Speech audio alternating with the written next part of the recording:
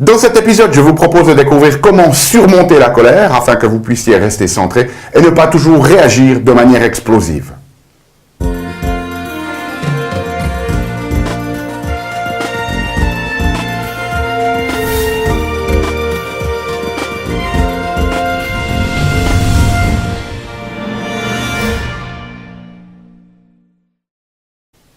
Parce que la vie est bien trop magique pour être petite et que nous avons tous besoin d'une prescription pour grandir en conscience et faire que nos rêves dévorent notre vie. Bonjour, je suis le Dr Yannick Pauly, bienvenue à un nouvel épisode d'une grande vie.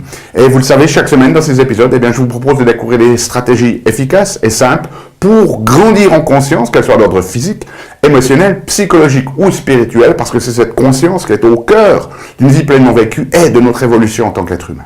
Alors aujourd'hui, on va parler un petit peu de la colère.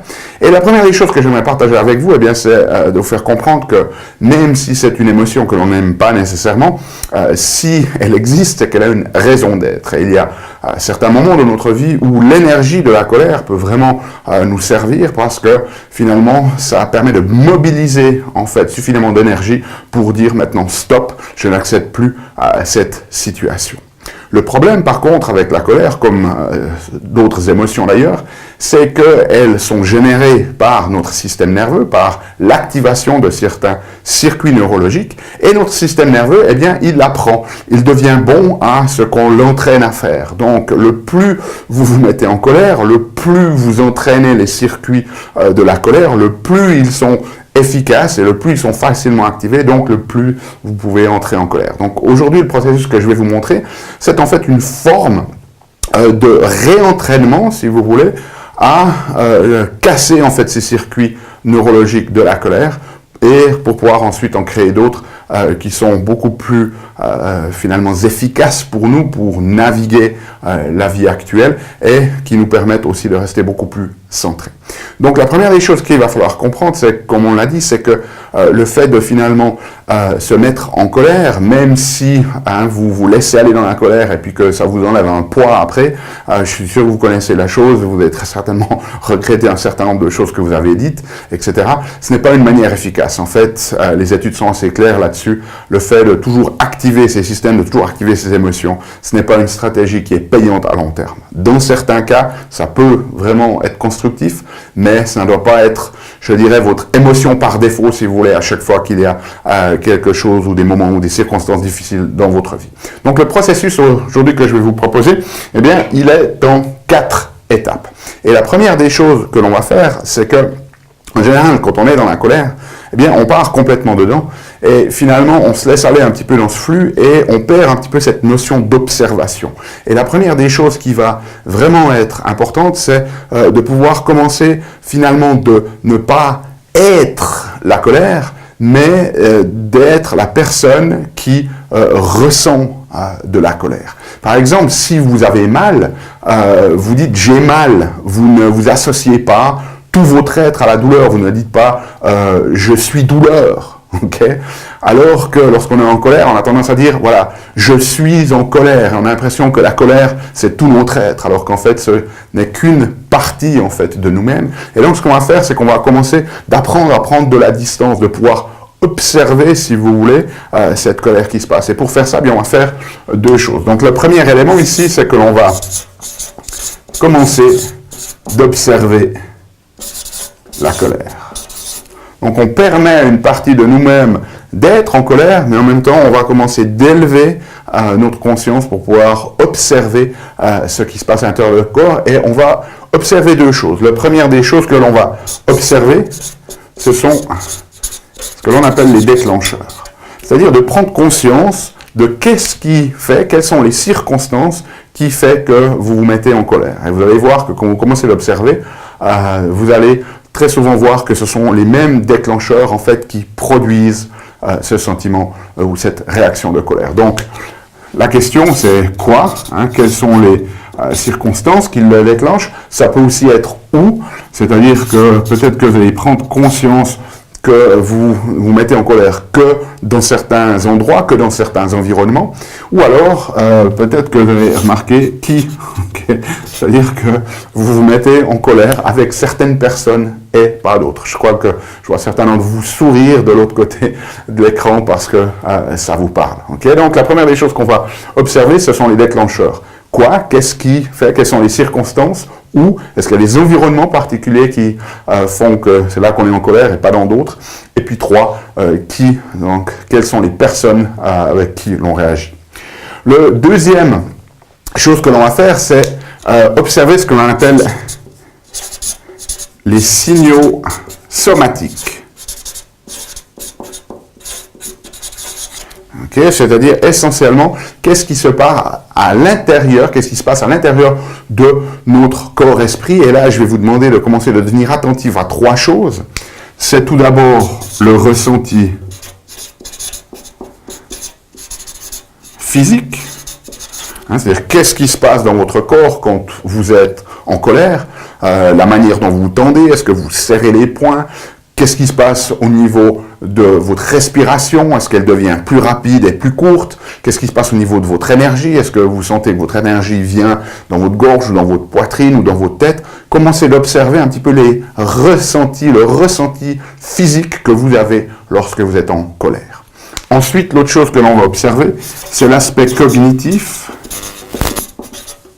ou les pensées. Qu'est-ce qui vous passe par la tête? Qu'est-ce que vous vous dites? Quelles sont les histoires que vous vous racontez lorsque vous êtes en colère? Comment est-ce que vous interprétez en fait les circonstances pour que cela vous amène à déclencher cette colère? Et le troisième élément, c'est le comportement. Votre comportement, qu'est-ce que vous faites quand vous vous mettez en colère? Est-ce que vous claquez la porte et vous partez? Est-ce que vous avez envie de mettre votre poing dans la figure de quelqu'un? Quel est le comportement que vous adoptez lorsque vous êtes en colère? Alors bien évidemment, la prochaine fois que vous mettez en colère, vous n'allez peut-être pas pouvoir être très granulaire, c'est-à-dire de ne pas nécessairement pouvoir aller très en profondeur dans les détails, si vous voulez, de ce qui se passe, mais entrez dans ce processus, peut-être prenez un journal, prenez une feuille de papier que vous dédiez à ça, et séparez-la entre ces déclencheurs et ces signaux somatiques, et dans les prochains épisodes de colère que vous avez, eh bien, commencez d'observer. Peut-être que vous vous donnez comme intention, la prochaine fois que vous entrez en colère, c'est finalement d'observer le déclencheur. Et puis la fois suivante, c'est d'observer votre ressenti physique. Okay, donc, commencez de devenir un petit peu le détective, si vous voulez, et prenez note des indices, si vous voulez, parce qu'on va les utiliser plus tard. Ensuite, le deuxième élément dans le processus qui va nous permettre d'intervenir, eh bien, c'est tout simplement, ça va vous paraître évident, mais c'est d'éviter les déclencheurs. Éviter les déclencheurs, c'est aussi simple que ça.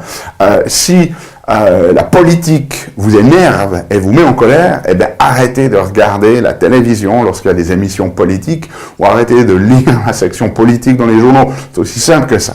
Okay? Donc, une fois que vous aurez observé ces déclencheurs, essayez de vraiment les éviter. Et puis, bien évidemment, j'en vois certains déjà d'entre vous qui sont en train de dire « Ouais, mais docteur Pauly, ça c'est facile à dire. Mais par exemple, moi, ce qui m'énerve, c'est le trafic. » Okay? Chaque matin, je vais au travail, ça me prend 1h30, je suis dans les files d'auto, ça m'énerve. Alors, je comprends bien que vous ne pouvez pas éviter les déclencheurs. Peut-être même que vous pourriez vous poser la question de vous dire « Est-ce que je peux aller travailler en transport public ?» par exemple. Mais l'autre notion, c'est de dire, bien évidemment, vous ne pouvez pas éviter le trafic. Par contre, vous pouvez éviter de focaliser votre attention là-dessus. Donc, si vous avez 1h30 en voiture, au lieu de vous énerver, prenez ce temps pour travailler sur vous-même. Écoutez, par exemple, des podcasts qui vous font grandir, ou écoutez mettez un CD de musique qui vous permet de vous relaxer si vous êtes vraiment bloqué dans la circulation et puis que ça avance très lentement. Vous pouvez faire une forme de méditation ou de relaxation dans votre voiture, etc. Donc, vous pouvez, dans certains cas, si vous ne pouvez pas éviter complètement la situation, vous pouvez au moins éviter de focaliser votre attention et puis de continuer ce cercle vicieux. Okay? Par exemple, si vous êtes sur votre place de travail et que vous avez quelqu'un vraiment qui vous fait sortir de vos gonds et que c'est une situation qui commence à devenir critique, eh bien une des choses que vous pouvez faire, par exemple, alors bien évidemment ici l'idée n'est pas de devenir un menteur invertébré aux gens, mais si ce sont des situations vraiment critiques et que par exemple au travail, certaines fois vous êtes mis en contact avec une personne qui est vraiment toxique avec vous, qui déclenche vraiment ce sentiment de colère, bien une des choses par exemple que vous pouvez faire, c'est de dire que vous avez quelqu'un dans votre famille qui ne se sent pas bien, qui est malade, et puis que vous devez pouvoir rester disponible, qu'elle puisse vous joindre par téléphone si quelque chose arrive. Et donc, par exemple, si vous vous trouvez dans cette situation-là, vous annoncez ça, quand vous savez que vous allez être, par exemple, en contact avec cette personne, vous y annoncez la couleur dès le départ, et si tout d'un coup vous sentez que vous partez dans cette dynamique, au lieu de vous laisser aller comme les autres fois dans ce schéma, dès le moment où vous sentez, vous prétendez que la personne vous a appelé, ça vous donne une excuse, si vous voulez, pour vous extirper de la situation. Donc, soyez créatif, si vous voulez, pour trouver des moyens pour vous justifier, pouvoir sortir de ces situations.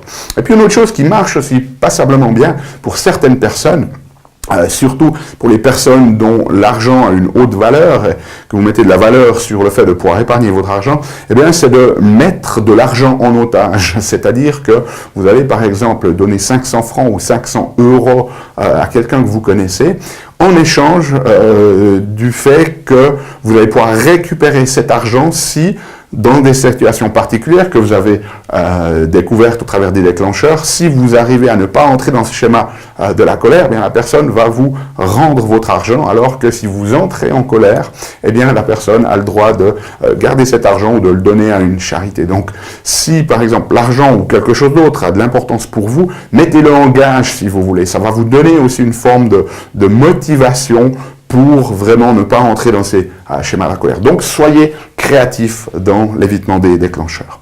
Et puis ensuite, la troisième chose que l'on va faire, eh bien, c'est qu'on va entraîner notre esprit. Donc, il faut que l'on réentraîne, entraîner notre esprit. Il faut que l'on réentraîne notre système nerveux pour ne pas systématiquement activer ces neuromatrices de la colère. Et pour ça, on va utiliser un principe qui est utilisé en fait en méditation. Si vous connaissez un petit peu la méditation, l'idée c'est par exemple de focaliser votre attention sur votre respiration, et puis à certains moments, vous avez des pensées qui vont venir dans votre esprit, et la plupart des pensées, la plupart du temps, on s'emballe, on suit, si vous voulez, ces pensées, on entre dans les pensées. Alors l'idée de la méditation, c'est de ne pas s'associer, de ne pas embrasser ces pensées, un peu de les observer et de les laisser passer. Un petit peu comme vous observeriez des nuages dans le ciel, vous ne vous arrêtez pas, vous ne vous laissez pas embarquer par les nuages, vous les observez, vous observez vos pensées et ensuite vous revenez à votre respiration. Donc, le fait d'avoir des pensées parasites pendant une méditation, ce n'est pas ça le problème, parce que l'idée de la méditation, c'est justement d'observer ça et de revenir à la respiration. Alors nous, ce que l'on va faire, en fait, c'est exactement le même processus. Le problème principal dans la colère, c'est surtout ce que l'on se dit, c'est les histoires que l'on se raconte, c'est les pensées que l'on développe, parce que notre mental, lui, il est capable de nous emmener très très loin, en fait, dans notre délire de colère. Okay, je pense que vous êtes bien conscient de ça. Donc, ce que l'on va utiliser, en fait, on va utiliser un autre ancrage, qui est de revenir au ressenti physique. Et ça, c'est une chose que vous pouvez faire. Alors, on n'aura pas le temps de le faire dans cette vidéo, mais vous pouvez prendre 10 ou 15 minutes et mettez-vous dans une situation où vous allez repenser à quelque chose qui vous énerve vraiment, qui vous met en colère. Et dès le moment où vous avez ce ressenti, vous commencez de le ressentir au niveau de votre corps, que vous commencez de vous contracter, peut-être de serrer les poings, de serrer un petit peu les dents ici, eh bien, ce que vous pouvez faire, c'est commencer d'observer. Qu'est-ce qui se passe au niveau des pensées? Qu'est-ce que vous êtes en train de vous dire qui est en train de faire finalement cette espèce de cercle vicieux qui augmente en fait cette colère? Et en même temps, c'est de vous focaliser sur le ressenti de votre corps. Donc faites cet exercice, prenez un moment à la fin de cette vidéo, vous dédiez 10 minutes, un quart d'heure et vous allez vraiment penser à une situation qui vous met en colère, et lorsque vous serez là-dedans, eh bien, essayez de ne pas vous laisser embarquer par vos pensées, ne devenez pas l'aspect cognitif, l'aspect pensée, observez et revenez toujours au ressenti de votre corps. Revenez par exemple, si vous sentez de l'énergie dans votre poitrine, eh bien, revenez sur ce ressenti sur la poitrine. Si vous sentez les tensions dans vos épaules, revenez sur ces tensions dans les épaules et ne vous laissez pas embarquer dans l'aspect des pensées, des interprétations, des histoires en fait que vous créez. Donc observez si vous voulez, les pensées, sans vous y attacher, sans entrer dans ces histoires et revenez toujours à cet aspect physique. Donc c'est une forme de méditation, si vous voulez, de la colère. Eh bien, je vous propose de régulièrement faire cet exercice quand vous êtes en colère, d'une part, mais prenez aussi des moments, parce que ça ne va pas se faire en une fois, il faut reconstruire ces circuits neurologiques qui sont opposés, si vous voulez, à la colère. Il faut que l'on désactive, il y a ces circuits neurologiques qui ont créé des connexions, il faut que l'on défasse, si vous voulez, ces connexions neurologiques des circuits de la colère. Donc, faites régulièrement cet entraînement-là, ça peut prendre, si vous voulez vraiment avancer une fois par jour, vous prenez 10 minutes, ou peut-être vous le faites 2 ou 3 fois par semaine, mais travaillez dessus, c'est très très important. Et puis, quatrième élément ici, eh bien, c'est à chaque fois que vous vous trouvez toujours dans une situation qui vous met en colère, parce que peut-être que malgré le fait que vous avez essayé d'éviter les déclencheurs, il y a une circonstance qui fait que vous mettez en colère, eh bien ce que l'on va faire, c'est que l'on va rompre le schéma. Et comment est-ce que l'on rompt le schéma de la colère? Eh bien on rompt le schéma de la colère en changeant ces signaux somatiques. Donc par exemple, si vous remarquez au niveau physique que dès le moment où vous vous mettez en colère, vous commencez à respirer de manière très courte comme ça, eh bien arrêtez-vous et tout de suite allongez votre respiration.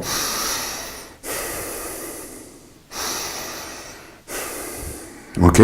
Au niveau cognitif, par exemple, eh bien si vous avez ces pensées, interrompez-les immédiatement avec ce que je vous ai montré, cet entraînement au niveau de l'esprit, en vous reconnectant sur le ressenti physique. Ne vous laissez pas embarquer dans l'histoire, ne vous laissez pas embarquer dans les pensées. Revenez sur le physique. C'est pour ça que c'est très important que vous vous entraîniez à des moments, c'est un petit peu comme un athlète. Il y a les moments vraiment de la performance du match, si vous voulez, mais le reste du temps, il s'entraîne, il se prépare pour le match. Donc, le plus vous allez vous entraîner en dehors de ces moments où des circonstances font que vous déclenchez de la colère, le plus vous serez apte au moment où tout d'un coup vous vous retrouvez dans cette situation de finalement interrompre ce schéma. Okay? Donc, au niveau physique, sur le ressenti par exemple, si vous sentez que vous contractez vos muscles, ici vos épaules, bien faites l'effort conscient, relâchez vos épaules. Si vous remarquez que vous respirez beaucoup plus court, allongez votre respiration. Et au troisième niveau, au niveau de votre comportement par exemple, eh bien, si vous voyez que vous avez tendance à serrer les poings, changez votre comportement. Par exemple, mettez-vous assis à une table et mettez les paumes des mains sur la table pour vous forcer à les ouvrir. Si vous voyez que vous serrez les dents, eh bien, ayez avec vous un chewing-gum, vous le mettez en bouche, comme ça vous pouvez mâcher et ça va vous forcer à détendre cette musculature. Okay? Donc voilà un petit peu les stratégies que vous pouvez mettre en place pour éviter que ces circuits neurologiques de la colère, ces neuromatrices, si vous voulez, de la colère, ne s'activent et ne se renforcent au fur et à mesure du temps, afin que vous puissiez bien commencer de déconnecter ces circuits et en recréer d'autres qui sont beaucoup plus sains, beaucoup plus finalement viables, si vous voulez, dans votre existence. Donc voilà, laissez-moi savoir comment ça fonctionne pour vous dans les commentaires. Si vous voulez, la transcription de cet épisode, elle est disponible sur notre site unegrandevie.com. Et puis nous, on se retrouve la semaine prochaine pour un nouvel épisode. D'ici là, souvenez-vous, aimez la vie, émerveillez-vous et surtout, contribuez chaque jour un petit peu plus.